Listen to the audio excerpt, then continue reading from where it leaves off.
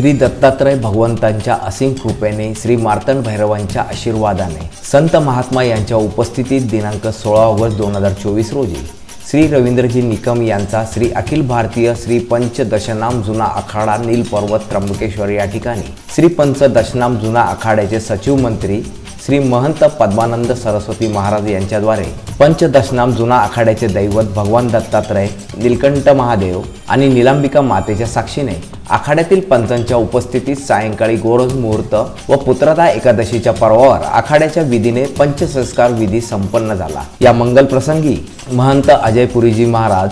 महंत सुखदेवगिरीजी महाराज, महंत छबीरामपुरीजी महाराज, महंत भगवानगिरीजी महाराज, महंत महेंद्रगिरीजी महाराज, महंत दयानंद भारतीजी महाराज, महंत विष्णुगिरीजी महाराज, कोतवाल जयदेवगिरीजी महाराज, आखाडा पुरोहित त्रिविक्रम जोशी आदी गणमान्य संतांच्या उपस्थितीमध्ये पूर्वाश्रमी रवींद्रजी निकम वर्तमान महंत